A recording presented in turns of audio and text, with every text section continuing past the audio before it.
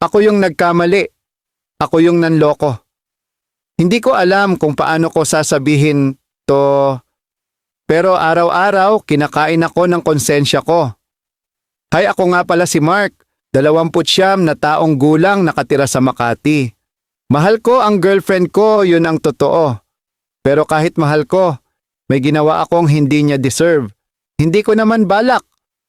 Nagsimula lang sa simpleng chat, simpleng kulitan, hanggang sa unti-unti, hinayaan kong lumapit yung taong hindi ko naman dapat lapitan. At isang araw, hindi ko na namalayan. Niloloko ko na siya. Hindi ko alam kung kahinaan lang ba yon, o katangahan o kakapalan ng mukha. Pero may nangyari sa amin. At ngayon, bawat message niya, bawat I love you niya, parang sinusuntok ang dibdib ko. Hindi niya alam, wala siyang alam.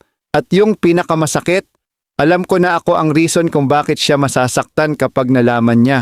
Hindi ko alam kung dapat ko ba siyang sabihan, kung dapat ko bang umamin kahit masisira lahat, o kung mas mabuting manahimik na lang at ayusin yung sarili ko.